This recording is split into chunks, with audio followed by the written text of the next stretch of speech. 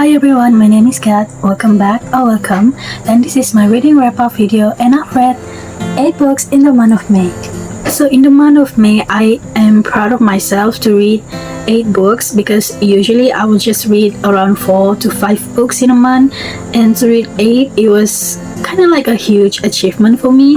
And also I kind of challenged myself in the month of May to read something that is out of my comfort zone, and my comfort book is mostly romance. And just I guess started last year, I tried to read thriller and I do love it, but that is not new to me.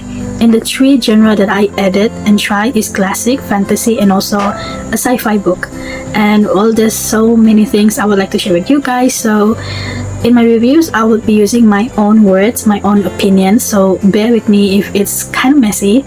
And for the details of the book, I would just pop it on the screen for you guys to see. And yeah, let's share my reports.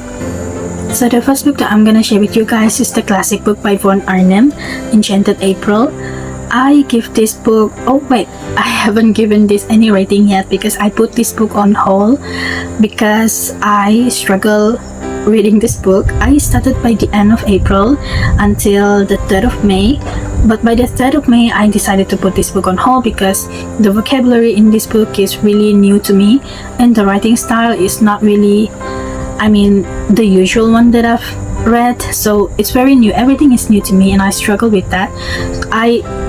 I tend to read the pages over and over again just to make sure that I understand, and eventually it drains my energy, so I put this on hold first. But so far, up until the 50 pages that I've read, I really like the content, I like the characters, I love the vibe.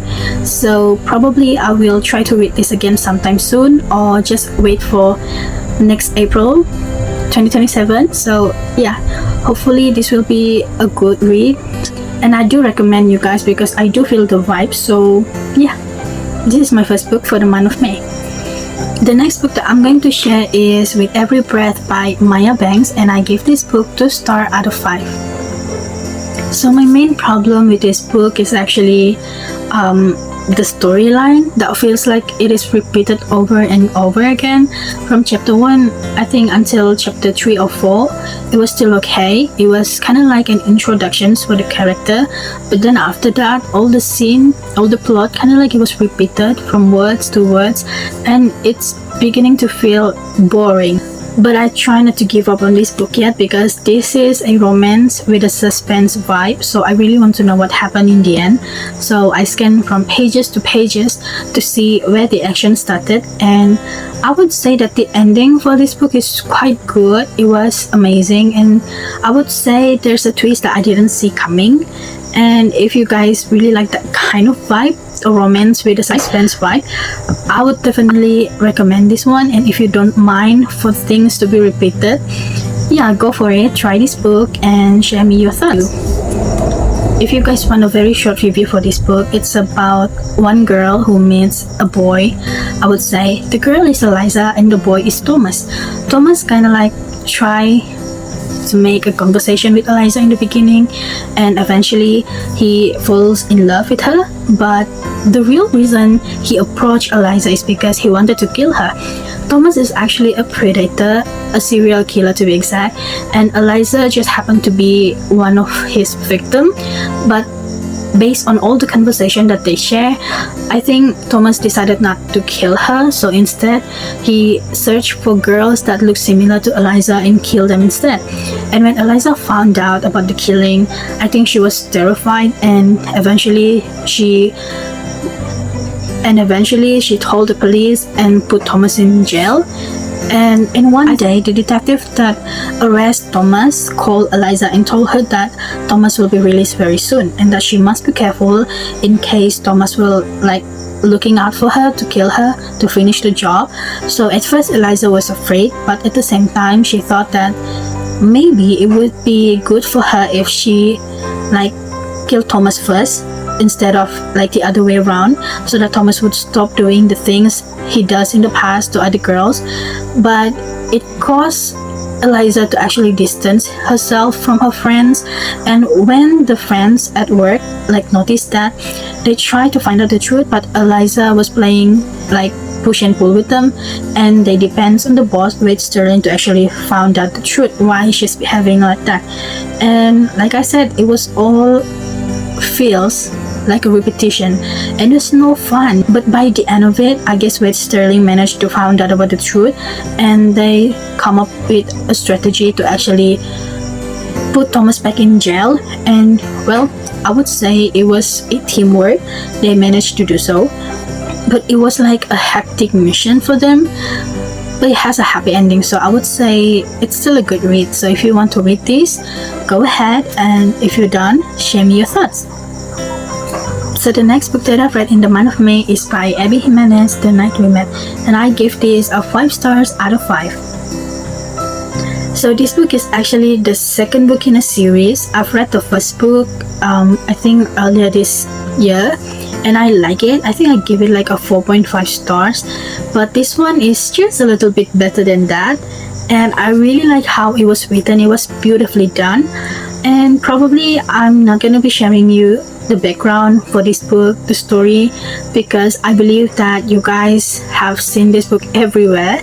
And so what I'm going to share with you guys is just some little insight about the really interesting plot scene that I find interesting, and also my thoughts on some part that give me like a mixed feeling. And also there's one scene that I wish was written but didn't, and so let's talk about it. So for me, there are a few parts that I find interesting. One is that I think I understand the perspective from Larissa's, Chris, and also Mike's. I think Mike has something troubling him, like something hidden that yet to be told to us. I think it will be on the third book, so I have to wait patiently for the third book to come out and to finally be relieved that if that really what happened, then I think I would say I accept everything that happened in this second book between all of them. But if not, that would be such a disappointment. But for Chris, I think I also understand why he did what he did, the miscommunication between him, Chris, and also Larissa's. I can sense that he's falling for Larissa since the beginning, but yeah, that's where the communication didn't really go well, I think. And from Larissa's POV, I think it was just the guilt and the regret that she felt from the night they met. So yeah. So the second thing that I find interesting is the part where Larissa officially ended their relationship, but I guess Mike doesn't really want to let her go, and it makes me mad, and he did something terrible. And from there, things got bad, real bad. And I find that really interesting because it ignites something in you that felt really real, that you don't really know how to feel about the situation. And then the third thing that I would like to review is the part where Mike see Chris at the pharmacy and told him that he was seeing therapist, and also he wanted Chris to actually, you know, like mend the bond back between the group of friends and just like be honest with them about the relationship of Chris and also Larissa's.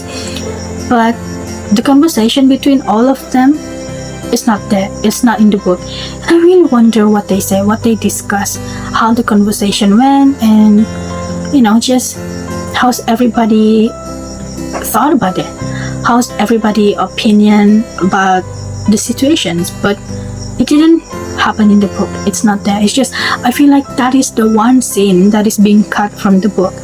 So yeah, I'm just gonna share my very simple review for this book, and I would recommend this book to you because it was funny, it was emotional, and I think it has lessons to learn as well. So yeah. The next book that I would like to share with you guys is Talking at Night by Claire Deverley, and I give this book 4 stars out of 5. I don't know if giving this book 4 stars is a good choice or not, but there's a few things that I would like to address and share with you guys. The first one is the ending. I don't really like the ending. Spoiler alert, it is an open ending. I wish it was different than that, but regardless, it ends. And the second one is that I really don't like the characters after the accident that happened during their teenage life. It makes them, I don't know, playing push and pull between each other. They know they're in love, but they're not communicating. And I really don't like that. The third issue for me is the way they treat each other. I feel like if I'm the guy, I would feel like I'm being fooled by the girl, because I feel like when you are needed, she's there. But once you've used enough as a pleasure, as I don't know, as anything that the girl wants, she left. And that is just, for me, it's weird, it's wrong, and it's not fun. That is not love. What is that? And the worst part for me is that everyone says this book is a good romance. Well, where's the good part? Tell me exactly which part of the book is the good part. If you say the beginning, well, I agree with you, but the rest of the book, the rest of the story, where's the good part in that? Instead, it's making me frustrated, it's making me angry, it's making me sad, it's making me like devastated. I don't know how to feel after it ends. So yeah, I'm really not sure giving this book a 4 star is a good choice or not. But would I recommend this to you? Of course. I know you will be frustrated to read this, you will feel foolish to read this, but there's still lessons that you can take. It's painful, but it's a very good lesson. So if you guys want to read this, go ahead. I still recommend this to you. It's a good book in the end. My next review would be the thriller book The Boyfriend by Frida McFadden, and I give this book a 3.5 out of 5 stars. There are a few things that I would like to address with you guys. The first one is definitely the ending. I really don't like the ending. I feel like it gives you a vibe of case is not yet closed. It keeps you hanging. I feel like it will make you overthink about your daily life afterwards and so on. And I also, it keeps me giving me the confusion thing for the male character in this book. I feel like he could have been bad, but at the same time a good man as well. I don't know. I feel like I want justice in that part. I want clarification. And for the twist, well, I definitely did not see that coming. Probably yes, but most of the time no. And it was a good twist. I just hope that the ending could have been better than that. So it is still a good palate cleanser book. If you guys feeling like you will fall into a reading slump, then go read this book. It is still a good one. And yeah, so that's my review for my thriller book. The next book is by Jenna Evans, Love and Gelato, and I give this book another 5 stars. So for this book, I will not be addressing a lot. I would just say that it is a good book. I love the relationship, the bond between Lena and Howard, although it started quite awkward and I don't know, maybe there's just a little bit hatred in the beginning, but once the truth is, learned, they've become better. The relationship become as if the bad things never happened. And also the relationship between Lena and also Ren, it is quite sweet in my opinion. They do have like miscommunication because they don't speak the truth enough. Again, everything is related to truth. And the way Ren go to see Lena and explain everything, and they have a conversation, heart-to-heart conversation, and then everything's, I would say, goes well, and they become a couple, and that is really sweet. You can learn something from this book. So yeah, I recommend this for you to read. So the next 2 books is the books that I challenged myself to read in the month of May. The first one I would like to share is the fantasy book, and I've read The Coven by Harper L. Woods, and I give this book a 4 star out of 5. I guess when I was still little, I really liked reading fantasy book, but eventually when I grow up, I just don't like fantasy anymore. But just last month, I challenged myself to read fantasy again, because my little sister really liked fantasy, and she said that you really need to read that because it has quite a different world compared to the romance book. And so I try, and I started with The Coven because it is a shorter book. It's just under 300 pages, and reading it at first, I would say I struggle a lot because there are terms in the fantasy book that I really couldn't understand very much, and there's time that I have to reread every pages over and over again just to make sure that I understand the plot. But regardless, there's still times that I really couldn't understand anything, and I just understand some part of it. But for this book, I think I would say it was an okay read for me. It's good for a starter like me, and I would recommend this to you because it doesn't just have romance, but it also have action, it has betrayal, and it has hatred. And also, one thing I would say is the plot twist. I really didn't see that coming. I was shocked. And after I finished reading this, I was not satisfied. I feel like I really want to go straight to the second book.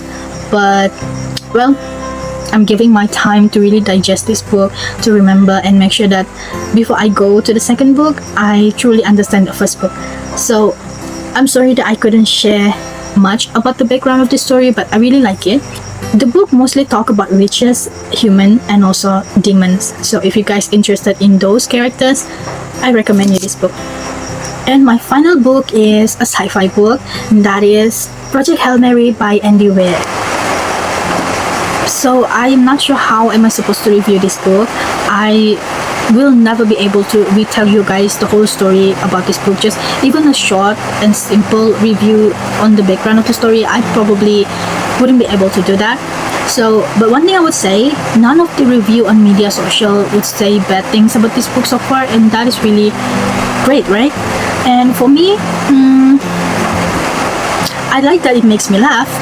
I did laugh throughout this book actually, and there's part that I don't understand, there's part where I feel like I'm so confused, and hopefully by watching the movie, I know there's a movie about this book, and hopefully by watching the movie I would understand those parts entirely.